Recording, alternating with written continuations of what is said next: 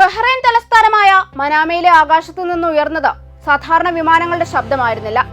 സാക്ഷാൽ അമേരിക്കൻ സൈന്യത്തിന്റെ പശ്ചിമേഷ്യയിലെ നട്ടെല്ലായ നേവൽ സപ്പോർട്ട് ആക്ടിവിറ്റിയെ തകർക്കാൻ ഇറാൻ അയച്ച ആയുധങ്ങളുടേതായിരുന്നു ആ ശബ്ദം.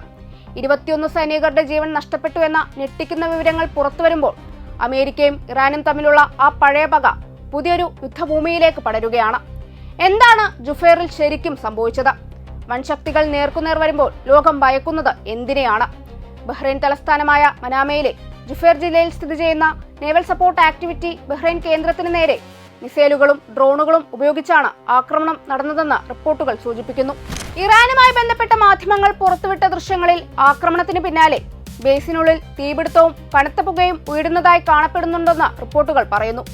ഉപഗ്രഹ ചിത്രങ്ങളും സമൂഹ മാധ്യമങ്ങളിൽ പ്രചരിച്ച വീഡിയോകളും ചില കെട്ടിടങ്ങൾക്കും റഡാർ സംവിധാനങ്ങൾക്കും കേടുപാടുകൾ സംഭവിച്ചിരിക്കാമെന്ന സൂചനയും നൽകുന്നു.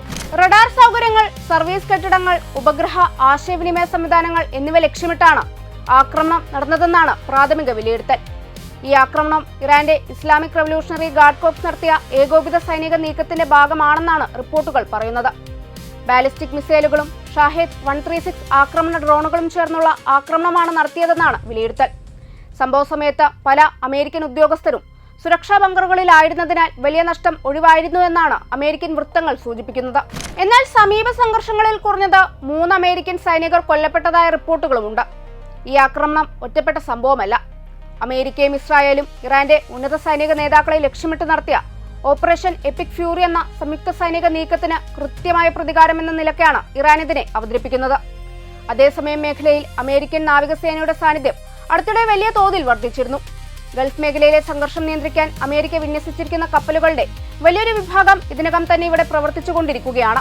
പേർഷ്യൻ ഗൾഫ്, ചെങ്കടൽ, അറേബ്യൻ കടൽ എന്നിവ ഉൾപ്പെടുന്ന ഏകദേശം 2.5 ദശലക്ഷം ചതുരശ്ര മൈൽ കടൽ പ്രദേശങ്ങളുടെ സുരക്ഷ ഉറപ്പാക്കുന്നതാണ് 5ാം കപ്പൽപ്പടയുടെ പ്രധാന ചുമതല.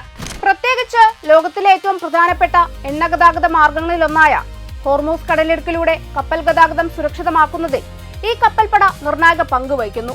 അതിനാൽ തന്നെ ഈ കേന്ദ്രം ലക്ഷ്യമാക്കിയുള്ള ആക്രമണം ആഗോള ഊർജ്ജ സുരക്ഷയ്ക്കും സമുദ്ര ഗതാഗതത്തിനും വലിയ ആശങ്കകൾ ഉയർത്തുമെന്നും വിദഗ്ധർ മുന്നറിയിപ്പ് നൽകുന്നു.